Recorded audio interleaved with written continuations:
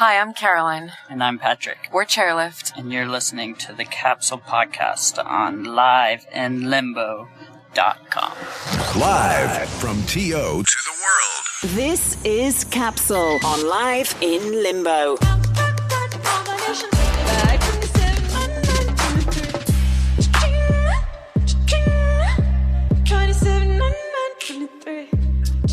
My name is Sean Chin, and this is an adventure into music, film, and pop culture. This has been a pretty busy week here at Live in Limbo, and a lot of news in the music and pop culture world has been going on. This week we're going to be talking about the final American Idol winner, the new Tegan and Sara album, Bandcamp, and our exclusive interview with Chairlift. Back on the show today is Mehek Seyid. How's it going? It's going great, Sean. Melissa McCarthy is joining the Gilmore Girls revival on Netflix. There's a new Star Wars trailer out for the new prequel.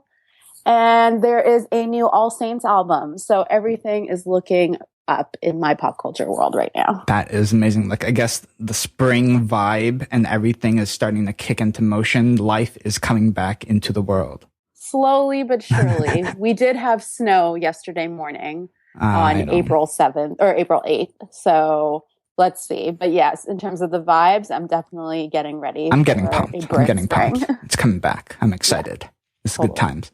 So quick follow up. A few episodes ago, we talked about the whole Apple versus FBI case, and out of the blue, the FBI dropped their, I guess they were trying to go after Apple, and they dropped it because they went to an Israeli company called Celebrite, and they were able to go to that third party and unlock that San Bernardino suspect's iPhone.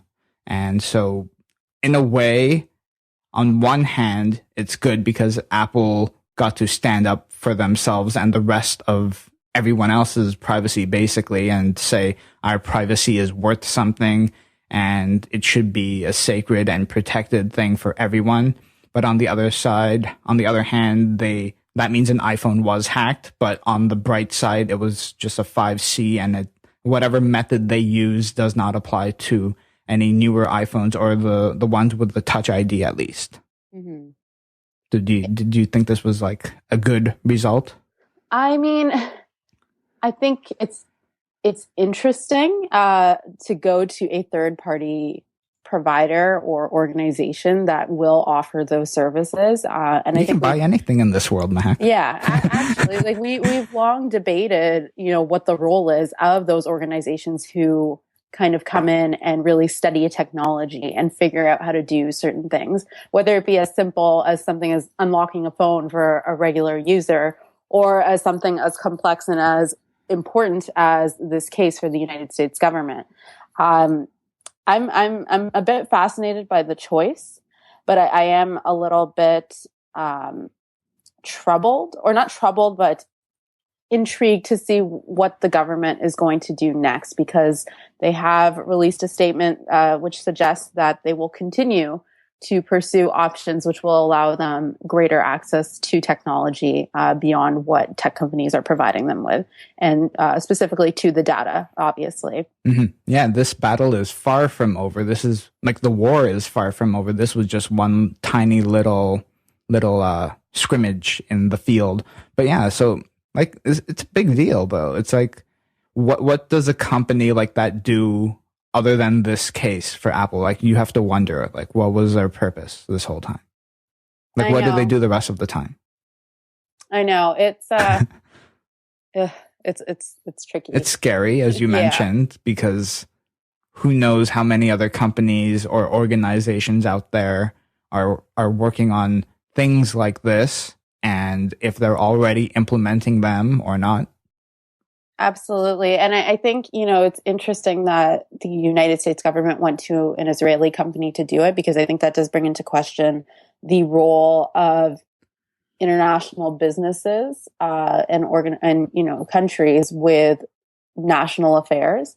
I think that's another consideration that we should look into when we're analyzing this situation and how things may progress in the future. It's definitely the role that these companies around the world can play in local affairs can definitely lead to a tricky or messy situation. So yeah, it's a slippery slope and it's far from over. I'm pretty sure we're going to see, this is not the last time we're going to hear of this. It's probably going to last for at least another 10, 15, probably the rest of our lives. But yeah, it's good to see that there are some people that are standing up for us though. Definitely. I think there is a evaluation for data, for user privacy rights. And there will, at least I hope that there will always be someone who's willing to advocate for those people. Absolutely.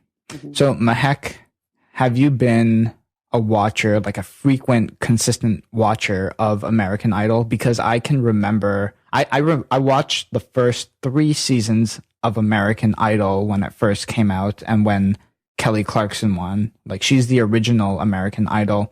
But like after 15 long seasons, I think that's 15 years, the final American Idol was crowned.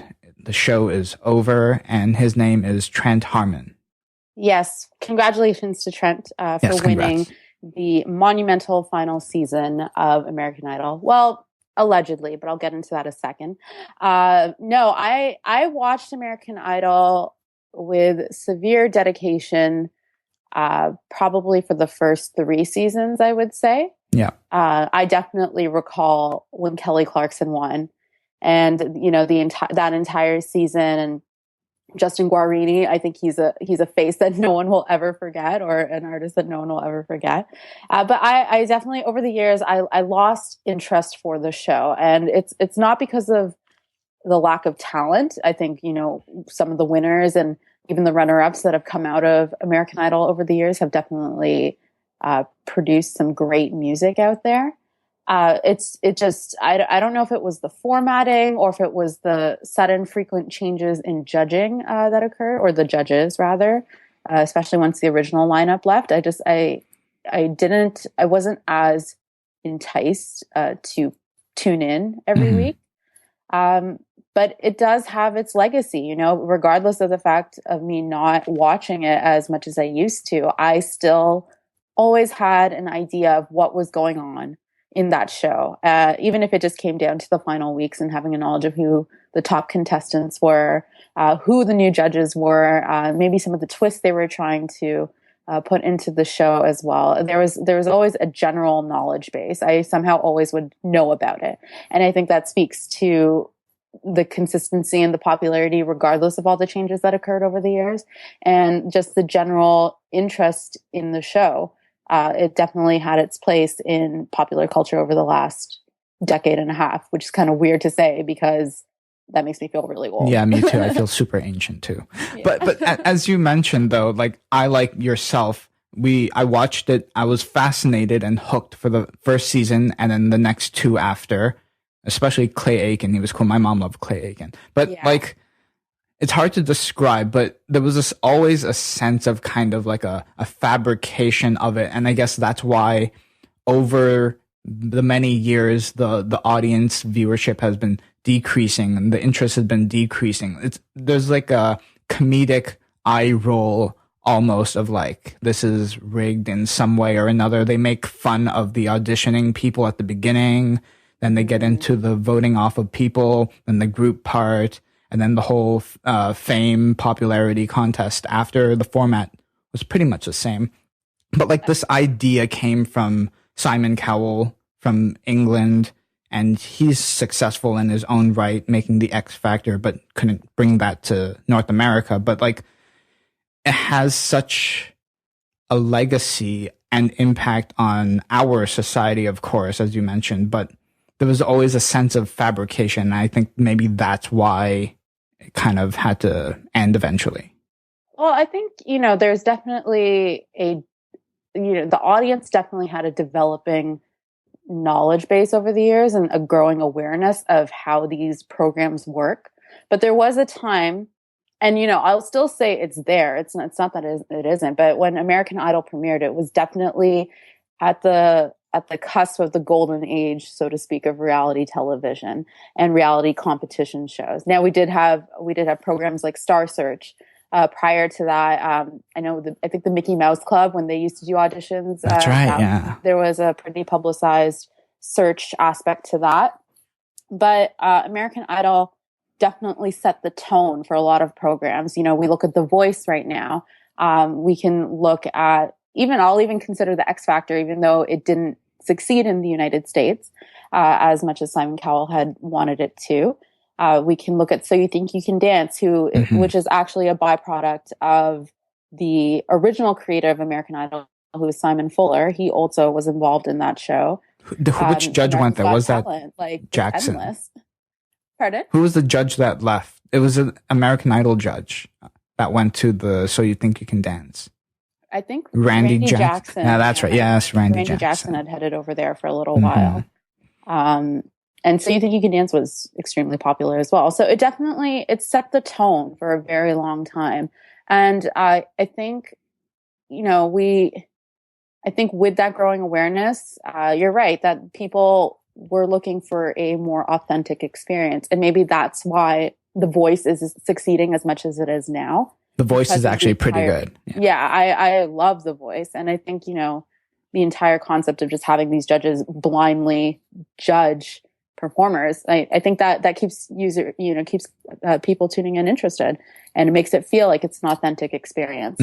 I think both shows, like The Voice and American Idols, did have really good talent. Like, there's no question there was talent there. But like, you could kind of judge by the winners of American Idol, like after the 15 years, how many of them actually became successful. You have, of course, Kelly Clarkson, but she had to kind of like ditch the label and do the whole independent thing. And then she was reaccepted by society after, and that was pretty cool.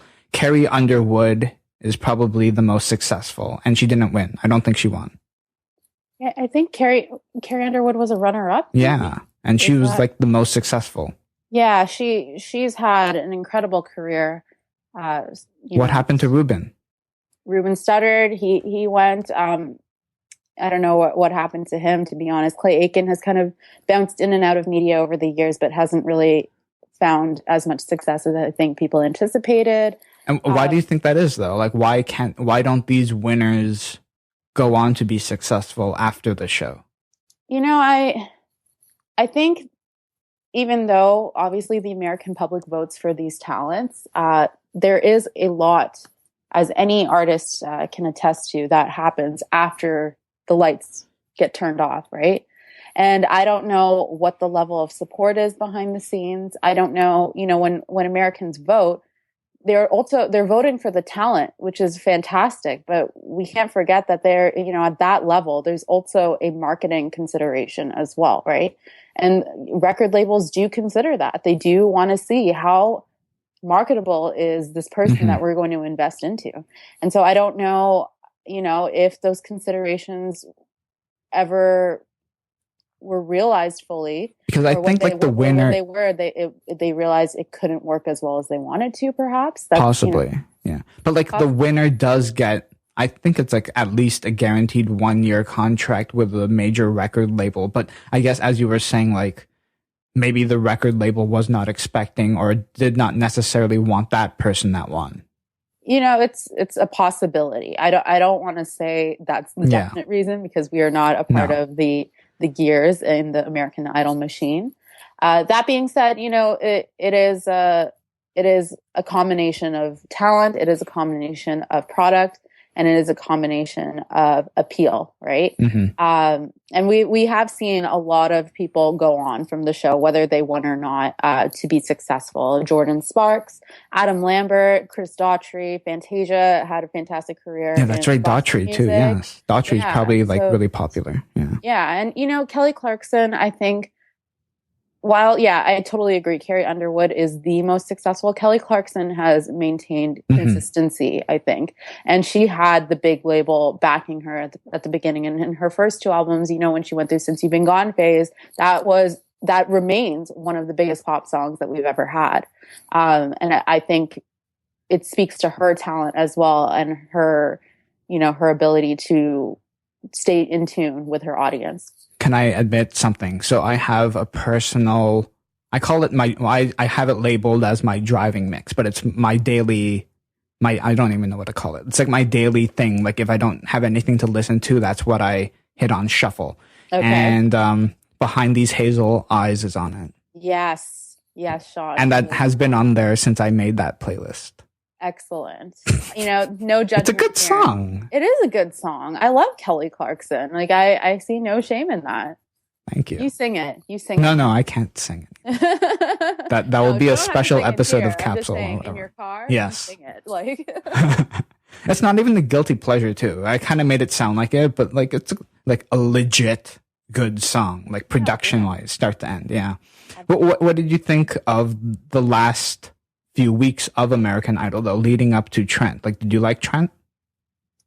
From what I've seen of his talent online, I think he's a phenomenal singer.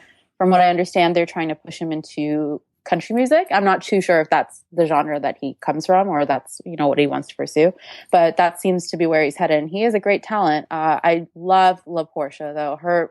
Her voice just made me like, I shivered when I heard her cover of Diamonds, and I'm excited to see what comes from her because she actually did get signed.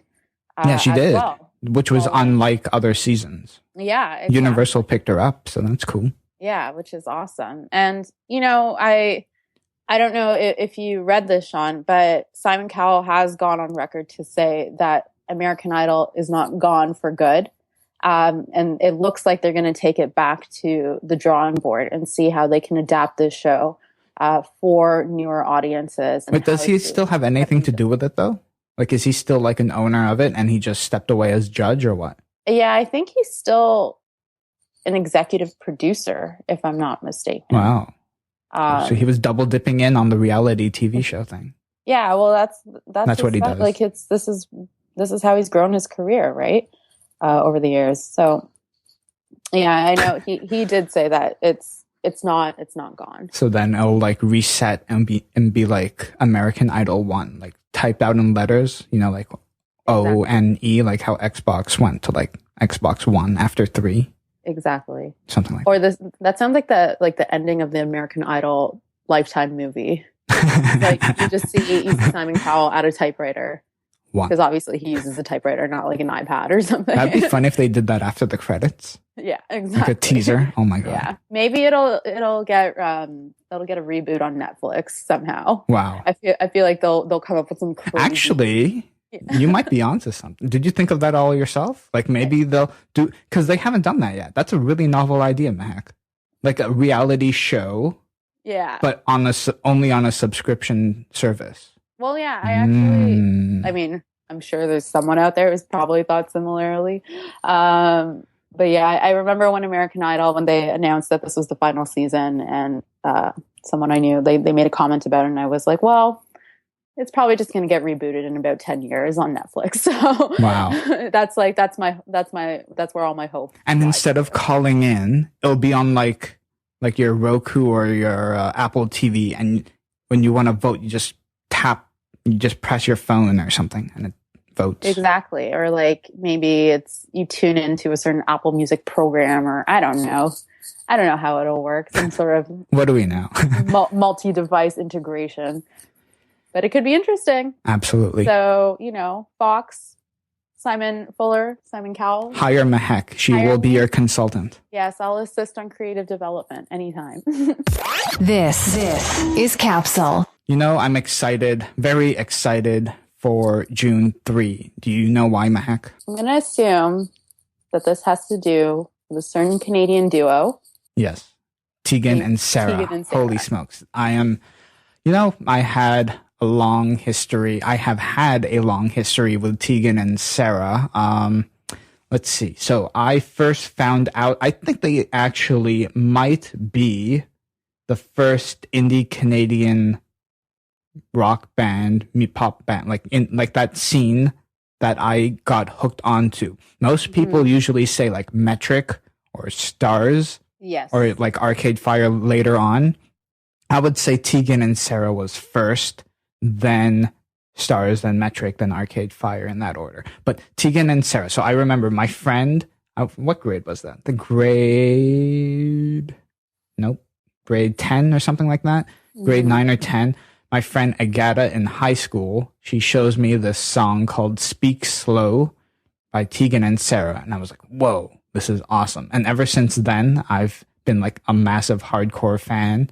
I've seen them 3 times, photographed them twice, and they're coming out with a brand new album called Love You to Death on June 3. They premiered their new track, Boyfriend, on Beats One, and U-Turn is also on Apple Music, but it's a very pop and synth influenced style for them now. And I think they've been going to this pop direction. People hate it. People love it. I love it. I don't mind it at all. What do you think? It has been a pretty divisive thing, their transition into the pop scene, but I think Tegan and Sara, they do it really well. And, you know, it's always exciting to me to see Canadian artists grow at such an exponential rate all of a sudden, even though they've been our treasure gems for years and years and years. And I'm excited. I'm excited that they're at this point in their career where they feel ready to take those type of creative directions and to jump onto bigger platforms. It's a really exciting time for them. What was your history with them, if you had any? Was it something like mine? When did you first hear them? Like you mentioned, in terms of how I got introduced to Canadian independent music or the indie pop scene, Stars was my entry point, and I talked about that in our interview with Torque, which is on Live and Limbo TV. But Tegan and Sara, I actually first heard their music through American teen dramas. So I was like one of those people. Oh, like TV shows. Yeah, like TV shows. So I was one of those people, and I still am, where like I'll tune into a show and I'm like, oh my God, I love that song. And I used to write down the lyrics and then go search them afterwards and try and find what song it was. And that's how I got introduced to Tegan and Sara. I heard Don't Confess on a show called One Tree Hill, which was a Warner Brothers CW-TV teen drama. And that's how I first got introduced to them. And I was about 13 years old when I first heard Tegan and Sara. And I'm not going to sit here and say that I am the biggest consistent fan in terms of how much I've listened to them over the years, but I've definitely always had a love for both their older material and their more poppy sounds. I think they're great. I think they're just great. I didn't even know I didn't even think of that as a method.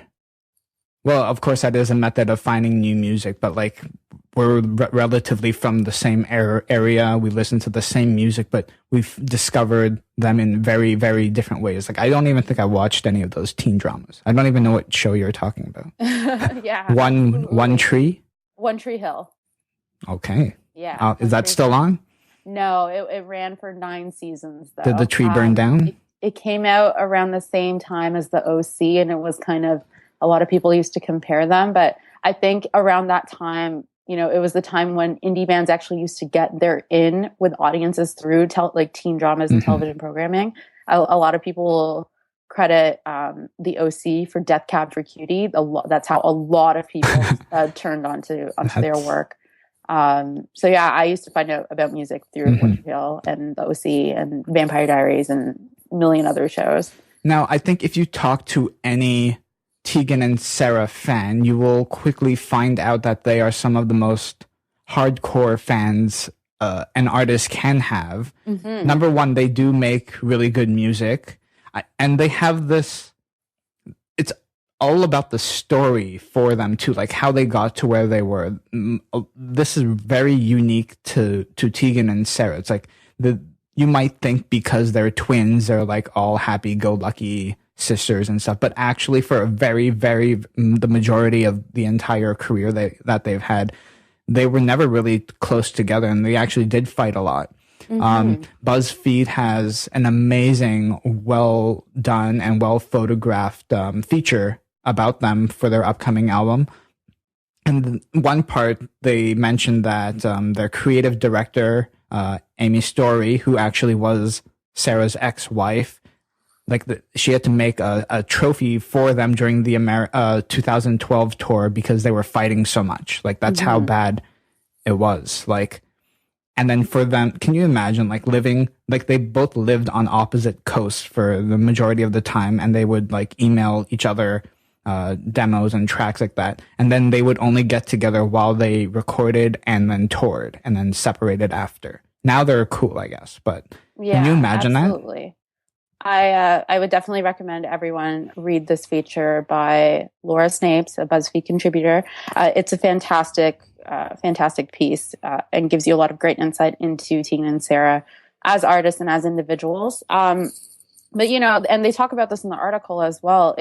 I can only begin to imagine how challenging and at times very difficult it can be to be a partner with someone who is also your family, who also has this physical similarity, and like your identity shared the womb so together, closely tied to, right? Yeah, it's hard to, you know, even like if you just look at yourself as an individual, like the amount you could fight with friends that you might spend a lot of time with or family members, but like to have literally, you know, so many big aspects to your life tied in with the one person that you were literally born with. There are a lot of things that can come from that, and you know, a lot of challenges along the way. So I can understand how things might have gotten to a certain point in their relationship as it had gotten to, or the point that it had gotten to. But I'm very happy that, you know, they're at a better place now for sure, and I'm sure it helps with their creative process as well, I can imagine, and their excitement for this new material. And out of all the Canadian bands, like indie bands, maybe not even indie bands, just bands in general from Canada, I think they've developed the most. If I have to think of all the Canadian bands, they've, like in recent times, not even, yeah, but like their music, if you go back to their first EP and like you listen to each one, they evolve, and it's not for like the worse or better. It's just still as good. It is Tegan and Sara. They're just evolving. And to like talk about like the people that are haters on them for this change, they actually did a interview at the Junos. I think it was two or 3 years ago. And Jian Gomeshi asked them like, what is your thought process for doing this change? And it's like, it is a catch-22. Like they've done what they've done already, and then that's set in history. They want to do something else. They noticed that the industry was going more pop. Do you stay doing what you're doing and possibly go under while you've already accomplished those things? Or do you try to incorporate what's trending? You try to be yourself still, as genuine as possible, to connect with your fans, but you want to have some fun too and develop your music style. Yeah, absolutely. And, you know, and that goes for any artist, right? I mean, you will find a few that kind of stay in the same old cycle of sounds. And for some fan bases, that works fine for them. But, you know, as like an artist from a creative perspective, you want to be able to have that evolution for yourself. And there's a certain fulfillment for your work as well that you want to achieve. So I can completely identify with that and understand that growth is essential for any person. And I think Tegan and Sara definitely, they have, I would agree that they're one of the Canadian bands that have had one of the biggest evolutions over a significant period of time as well. I wouldn't even, you know, a lot of people might look at career spans of like 5 years and be like, man, you changed. But these guys have been working really hard for well over a decade now. And it's great to see them come to this point where they're prepared and ready to handle a bigger audience with bigger sounds and be as ambitious as they are. I think it's kind of crazy though. Like I've known about them, and I've been a fan for well over a decade. But they only really got popular a few years ago when their album Heartthrob came out. Even the con before that was still like on the verge of like that line between not being known and being known. Yeah. So now, yeah, it's pretty crazy. Well, let's not forget Sainthood. I mean, Sainthood did have it was there too. It was there yeah, too. Definitely Heartthrob was definitely the big. There's like a line, and then they cross the line. Yeah, it was. Yeah, Heartthrob was definitely the album that pushed them to new levels. And funny story, we cover, like, their fans, as I said before, they're like really passionate. If you go to have you been to one of their concerts? I haven't actually. Oh, okay. Well, CMW is coming up, so Yes. they'll be headlining that. You should check them out there. But their fans will sing along, like more, you won't even hear the band almost. It's like they sing louder than the band. It's almost like going to like a Regina Spektor concert. It's like they're way louder than the artists themselves. And when we wrote our review for CMW 2012 or something, Dakota accidentally put like the wrong, because you know how like the backing band, they change sometimes when they go on tour. So he got one name wrong, and then like, we got all these Twitter messages. It was gonna blow up, and the fans were like, "No, that's not the person. This is the person." And then luckily we had our iPhones opened, and then we just made the fix right away. But like that's how quick it was. Yeah, I mean, this could go bad. That's what happens when the public is your editor, right? But I can totally see how passionate their fan base could be, and how much they really attach to what Tegan and Sara have created over the years. That was one of the hottest shows I've been at, like temperature wise. Like I was sweating, so you're gonna probably feel it. That was at the Cool House, poor Cool House, but Well, I remember that I think it was maybe 2 years ago, they had headlined a show at Yonge and Dundas for Pride Week in Toronto.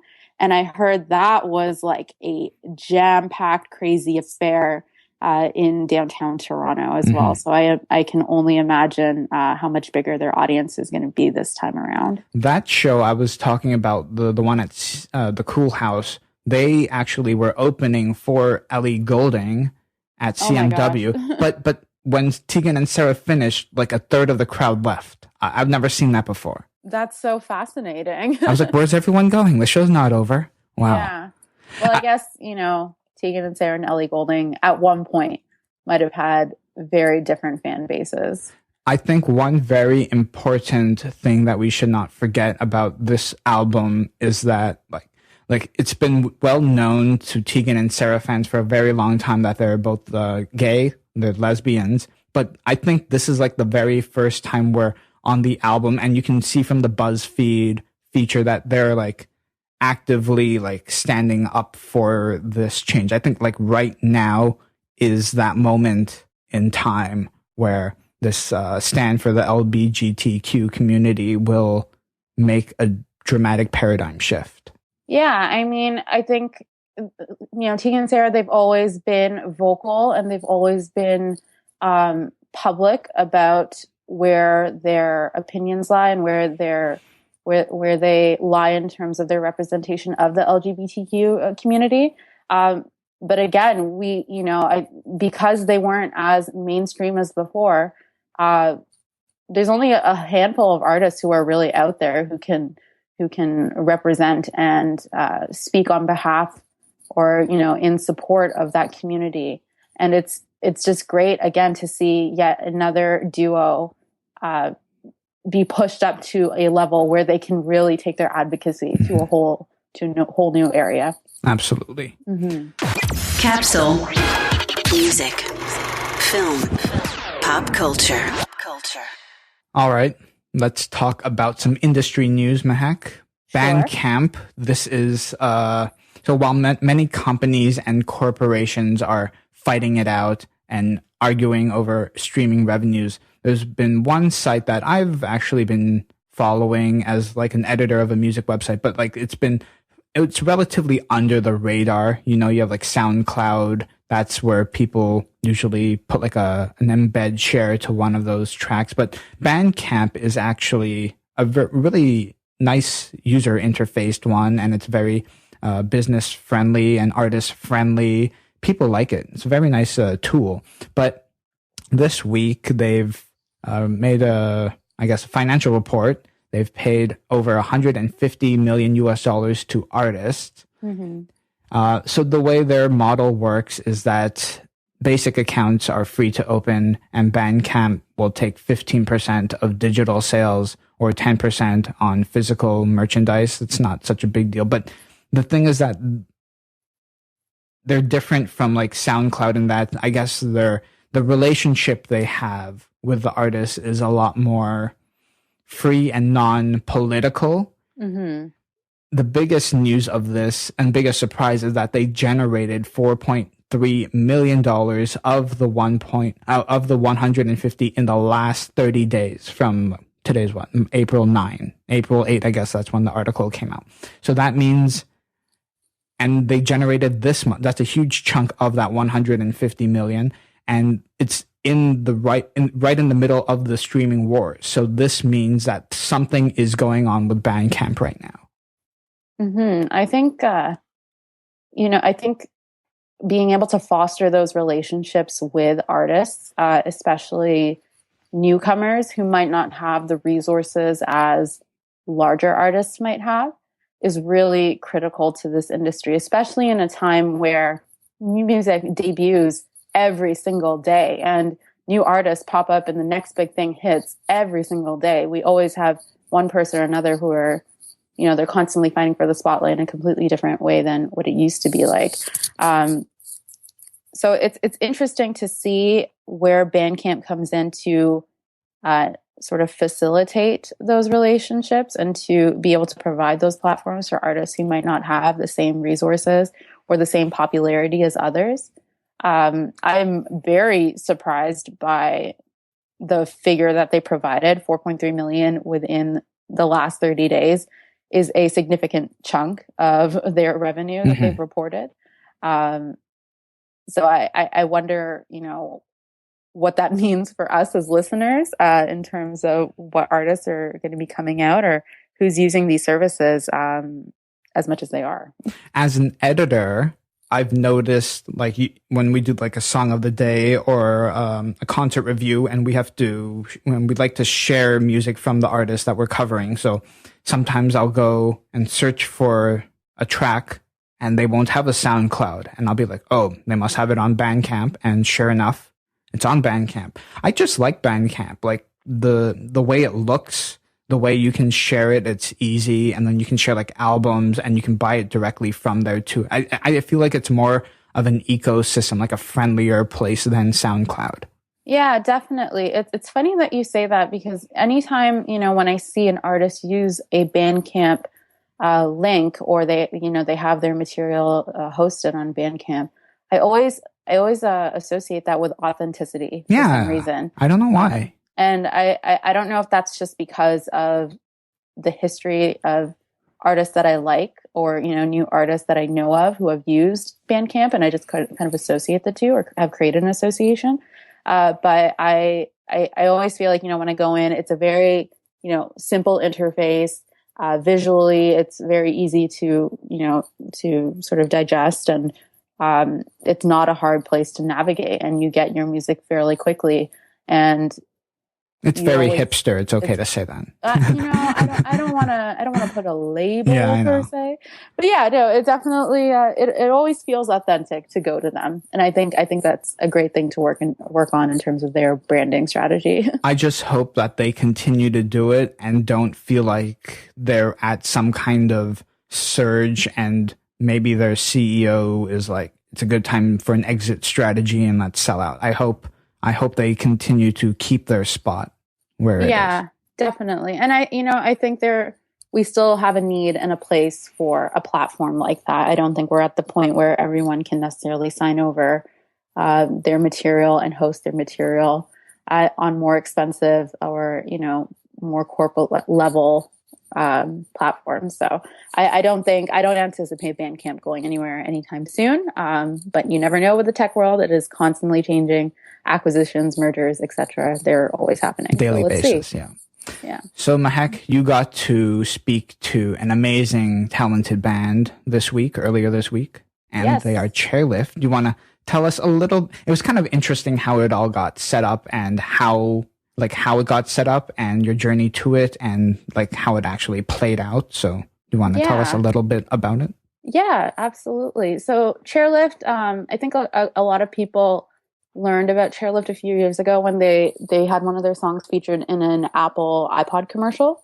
And they've sort of been, a lot of people have been fans of them and they've been on the precipice for a long time.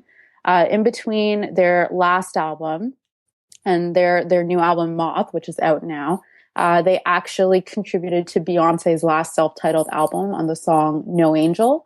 They went in and worked with her and sort of, I think that opened up their whole perspective on how to create music and how to, how to move between genres as a band, which has taken them to some really great places on their new record. So I was really fascinated by that entire journey. And that's kind of why I wanted to see if it would be possible to strike up a conversation with Chairlift. And we managed to get some time this past Tuesday before their show at Lee's Palace. And it was great. I got to watch a little bit of their rehearsal, and Caroline, the singer, she is 100 times more phenomenal than you could imagine in comparison to how she sounds on record, which is so great. But live, she's so fantastic as well. And Patrick is great as well. And we had a chance just to sit down on their tour bus and chat for a little while. And, hopefully you guys enjoy the interview because I'm really excited to share it. And let's take a listen to it right now. Hey guys, this is Mehek from Live in Limbo, and I am currently sitting on a tour bus after experiencing a very nice privilege of hearing the wonderful Chairlift do their sound check, and I'm extremely excited that they're here in Toronto right now, except by the time you guys hear this, they would have left. But that's okay, because I know there's going to be lots of surprises coming away on this tour. Welcome guys, how are you doing? Good, thank you. Very good. How's the tour treating you? This tour's been amazing. We have an amazing crew. The crowds have been better than ever. It's been really exciting. Mm-hmm. Yeah, I think this has been the best tour we've ever been on. Yeah? Is it because of the excitement around your new album, Moth, which is out right now? Is it just excited to get that material out there on the road? Definitely, that definitely adds to it. You can feel the energies in the audience for sure at the shows. But I think it's also that we've just learned a lot over the years touring, and we've just sort of figured out all the cheat codes. It must feel good at this point to have such assurance in your career and in your creative product as well, because I know you guys went into this album and you basically self-produced it on your own. I do want to ask, though, before we jump into everything, have you seen the new Taylor Swift commercial with Apple Music? I haven't seen it. Okay. Oh, where she's on a treadmill and she falls off? Yes. I love it. It's so good. So I actually was going through a couple of your old interviews, and I read one where, Caroline, you said that you made your song about running, and you were like, what if Taylor Swift ran to that song and was on a treadmill? And I couldn't help but think of that commercial, but overlay your track while she's falling off because she's so into it. That's true. And apparently, it's based on a true story, so that's true. Who knows what she does. Yeah, for anyone who has no idea what we're talking about right now, we have a song called Romeo, which is about running, and when we wrote that song, I jokingly said that my goal for that song would be for Taylor Swift to work out to that song at some point. And then, of course, we should just make a version of that ad, right, where we just overlay Romeo. I think that would go viral. It would work really well. / maybe it actually happened. Or we get sued or something. We'd probably get sued. Wah, wah. It's always worth a shot. But yes, going to your new album, Moth, it's a beautiful album. It's so gorgeous to listen to and so globally inspired in every which way possible. I know with the production process, you guys kind of started off with this idea of building your own studio in this abandoned building. And you also recorded your last album in an antique store, or in the back of We wrote it in an antique store, yeah. So we finished it in an old pencil factory in Brooklyn. That's true. Just an industrial band. Yeah. How important is the actual physical space to your recording process? Not just, obviously the purpose of recording studio, obviously you need that, but actually figuring out where you're going to situate yourself when you approach an album. I think it's important to just have a space where you feel safe and where you don't feel rushed all the time. And so it's building something that is your own just allows you to relax a little bit while you're working and not always be watching the clock. And as the process goes on, you find different things that make you really comfortable or inspired, and the space just gets more beautiful the longer we're in it. By beautiful, Patrick means we have a bigger hot sauce collection. Exactly. in your bag, or just is this?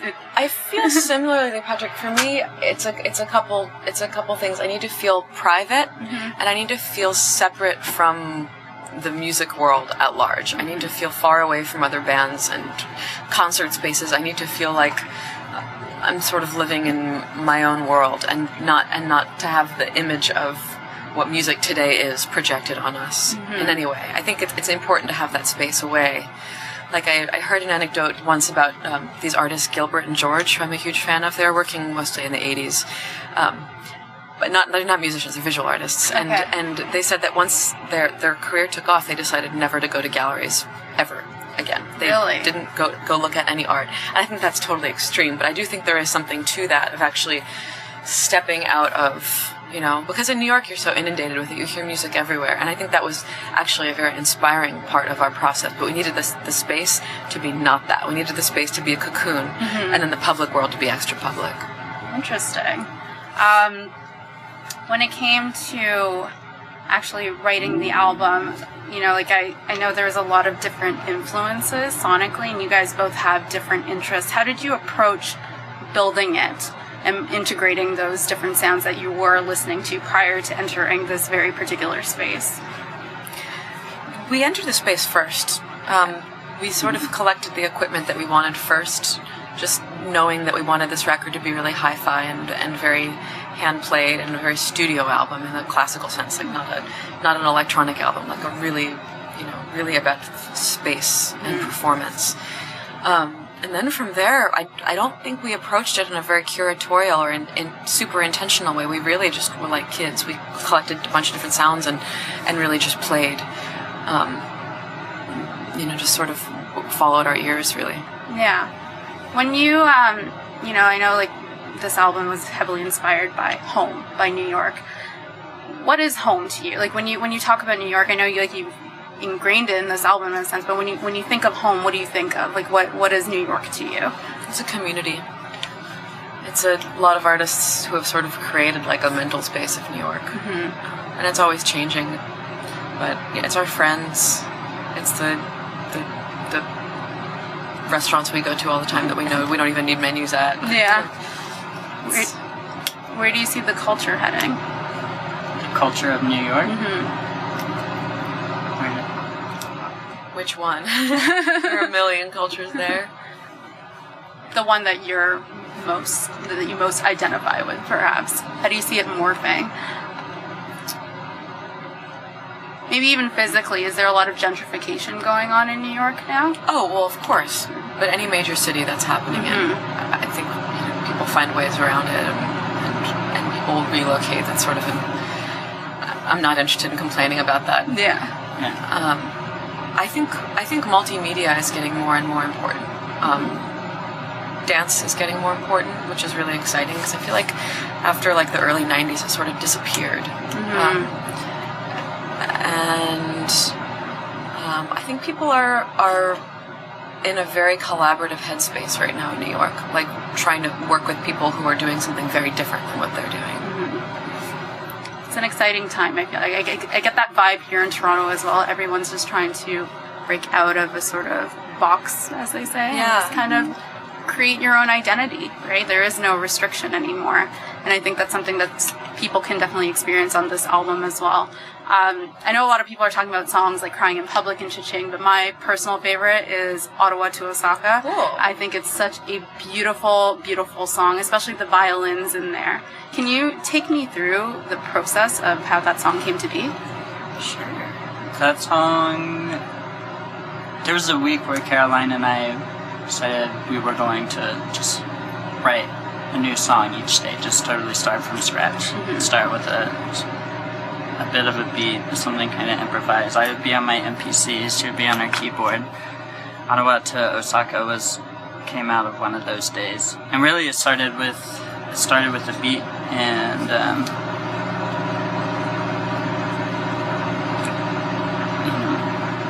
and the chords came together.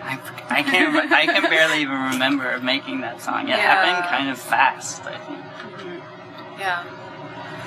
And then the strings we added much later. It was a old friend that I went to college with named Emily Holden. she had just moved to New York. We met in Colorado. Okay.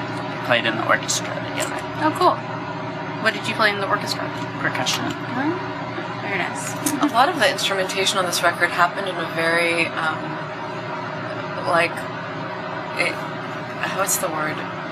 Spontaneous way. Like, we didn't sit down and decide that Ottawa to Osaka needed strings. It was more that Patrick said, hey, my friend Emily actually is in this building. She's a fantastic violinist. And we said, oh, what song would sound good with strings? And it was more like we had the opportunity to work with this person. We're like, well, we have to do it somewhere. So it was sort of backwards. But that's how a lot of things on this record happened. It was like, oh, this person's here. Let's get them on this track. And so we were really just following our instinct about what belonged where. But this song, as with a bunch of the other songs on the record, was written, melodically first and then lyrics added on later. So the lyrics of that song were really just trying to match what I felt was the tone of the song, which was sort of, like the feeling of falling asleep on a plane as you're going from one country to another and not really having a sense of what the official language is or where you are or where what the borders of nationality are. It's sort of just this ambiguous and surreal mix. And as touring musicians, we have that sort of surreal experience all the time of being between countries or accidentally saying thank you in the wrong language somewhere or a feeling like we don't really belong anywhere. And so that song felt like that we wanted to evoke that in the lyrics. The way you just described it, it reminds me of the movie Up with George Clooney. Or Up in the Air, is that what it's called? Up in the Air, with George Clooney and Anna Kendrick, and they're just constantly flying between different countries with no actual home per se. If you had an opportunity to score a movie, what kind of movie would you want to do, or what director would you want to work with?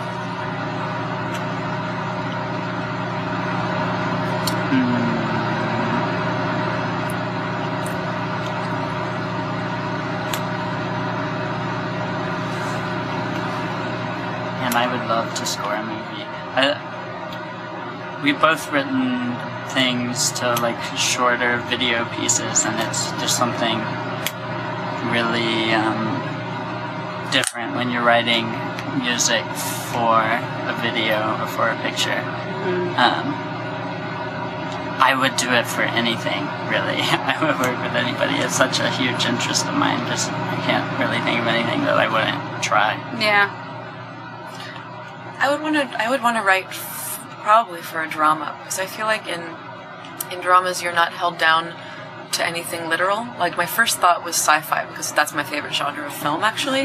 But I feel like with a sci-fi film you always have to conform to the current idea of what futuristic sounds are. Right. People have this very set idea of what the future sounds like at any given point. And I think with a drama you're interpreting something abstract, you're interpreting something emotional. And I guess I think of my favorite, film scores, like the Ryuichi Sakamoto score for Merry Christmas, Mr. Lawrence, or I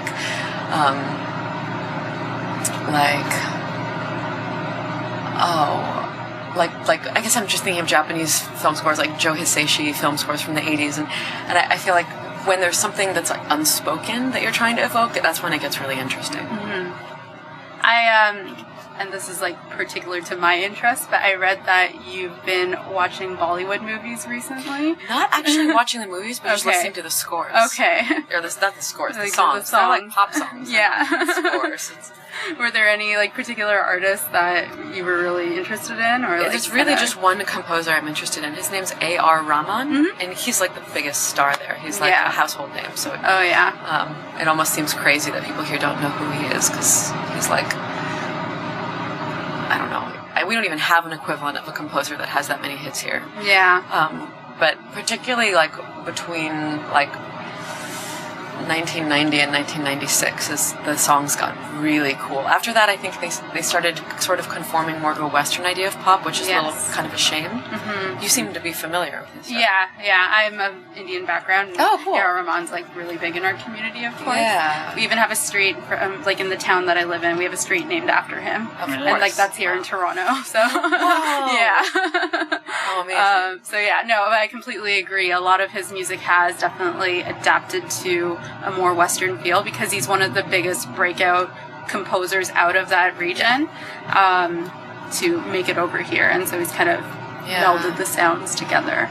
But that one phase was where, like, the compositions were still in the language of traditional indie music, but the productions were, like, you know, using, like, acid house synthesizers and, like, deep bass and, you know, like, you know, current pop vocabulary. And that's when it gets totally magical. Like, they weren't auto-tuning anyone yet. It was still sort of like, I don't know, that it's so magical to me. So I love that stuff. We actually play a lot of his music after our shows. You'll hear it after the show. Oh, awesome. I'm looking forward to that.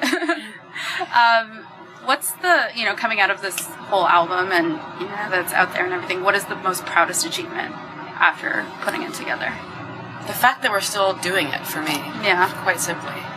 It keeps getting better and more fun and more artistic the longer we do it, so hope that just keeps going. I think it will. I think you guys are headed on a really great path, which I'm really excited for.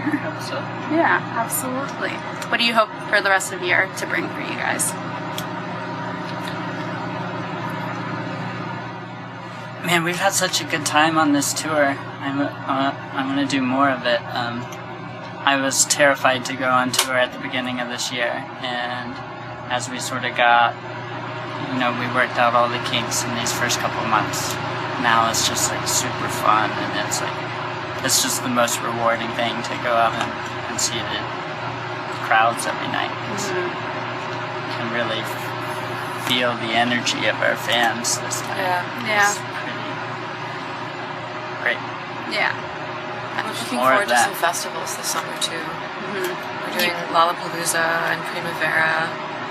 Going back over to Europe for a couple more shows there. So Oh, that's exciting. Should be a fun summer. When was the last time you guys were in Europe? 3.5 weeks ago. Oh, wow. Okay. That's exciting. Now, I'm sure 2016 will bring a lot of really great things your way because Moth is an incredible, incredible album. Really, I think it's a bright star in a lot of the stuff that I've heard this year so far, and I'm really excited to see it continue to gain momentum as the year progresses. Yeah, absolutely. Thanks so much for taking the time to speak with us. Guys over on the internet who are listening to us, make sure you go check out Chairlift's Moth. It's out right now. It's a phenomenal album, and it sounds like they're going to be on tour this summer. If you're in the States, maybe check out a couple festivals. If you're in Europe, they're coming your way as well. So thanks again, guys. Bye, thank you. Streaming to you from live in Limbo. You're listening to Capsule. So Mehek, that was a really great interview. And so usually we're trying to do more video interviews, but they politely requested audio only. Good thing we have a podcast. That's what it's for. So you got to enjoy some time with Caroline and Patrick on their tour bus. So how was their tour bus? You've been on a few tour buses already. How was their tour bus? I've been on a couple. It was pretty clean. I'm always fascinated with the actual architecture of tour buses. Just because of like, you know, you have to store so many things on them, and like, yeah, they can be of a significant size, but at the same time, when you're on the road, there are a lot of things that you need to take with you. So like my legs were kind of dangling in front of their drawer of beer, for example, and water. So it was just kind of interesting to see how that was built, but it was pretty clean in there. You know, it was a chilly day in Toronto, and, you know, I felt bad. Those guys were cold, and like we had to really, we had to wipe off our shoes when we entered the tour bus, but it was clean and it was warm in there. So that was nice. And just kind of sat down and chatted on the couch for a little while. How was their personalities going into this? Like, what were they, what you were expecting? You know, I never... Because there's not too many interviews to actually base it off of. No, there aren't. Not too many video interviews out or there. Audio. Yeah, or audio from what I've seen / heard.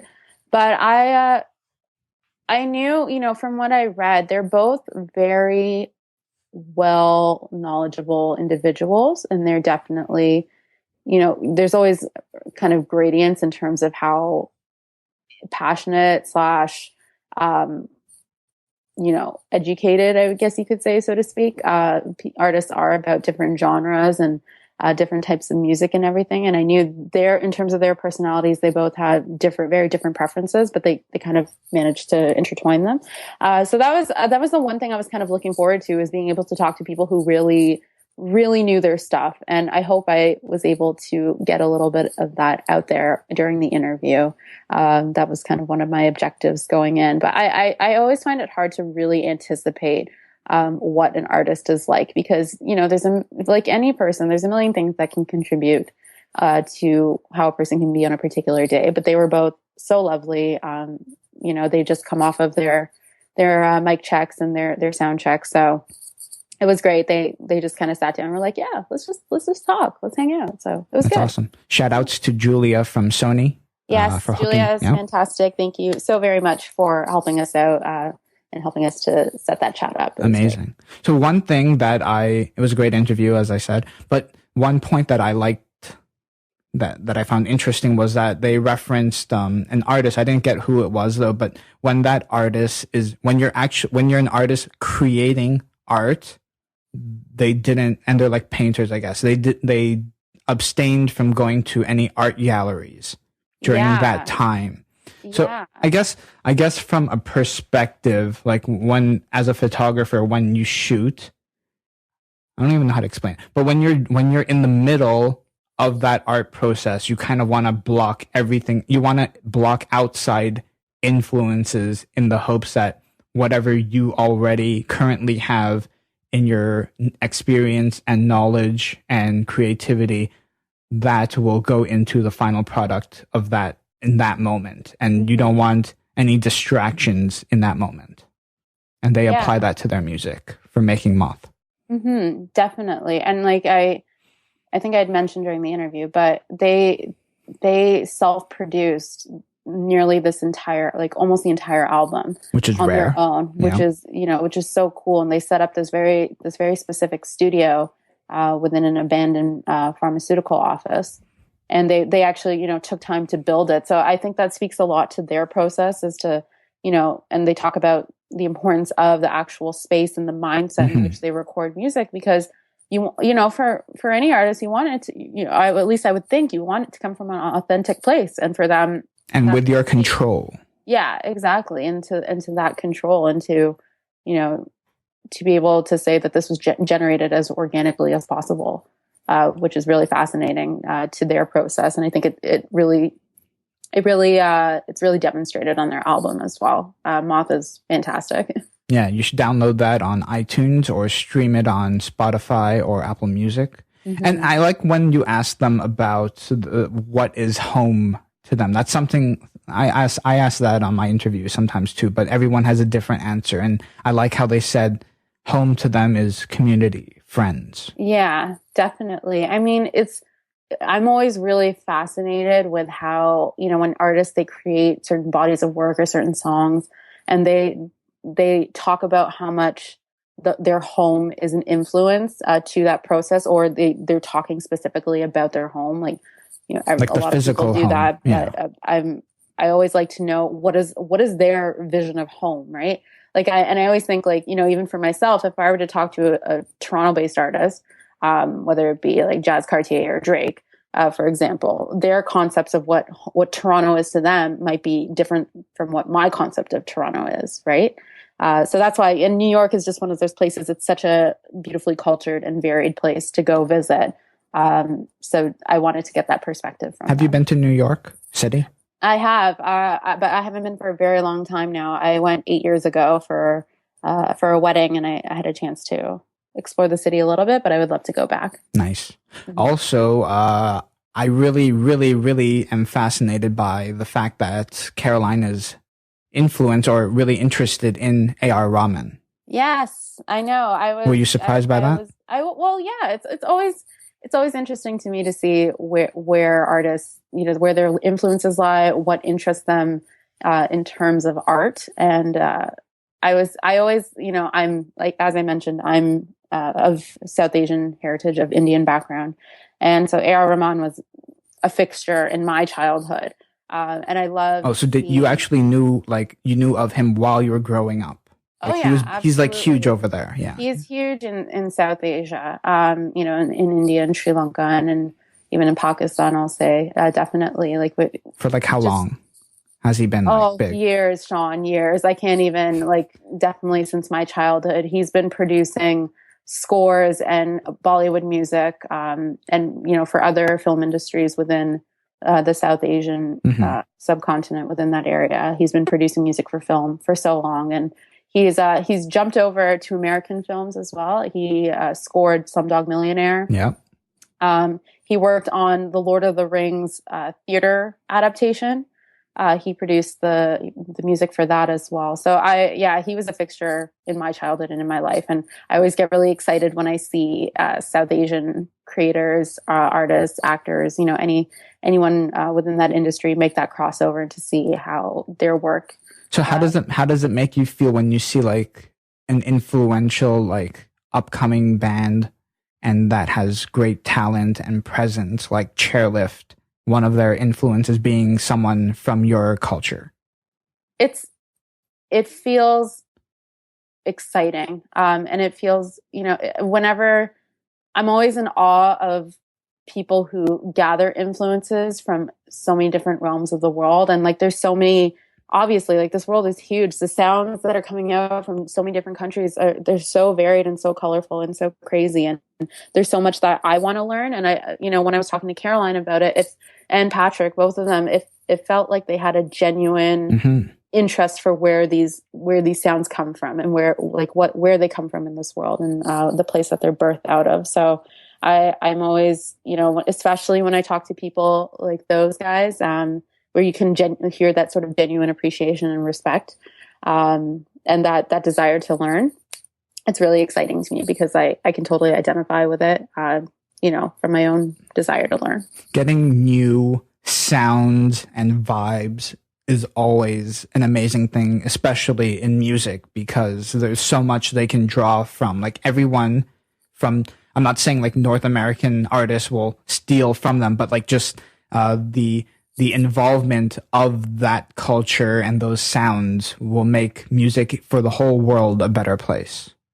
Yeah, absolutely. And I think, if we can, everyone's learning from each other. Yeah, if we can continue that process and make it a two-way stream where, okay, we're open to borrowing sounds from elsewhere, but let's share our sounds elsewhere, and then try and learn as well. I think that factor is really critical to the entire process. And the more that happens, it will become like one in the very long run.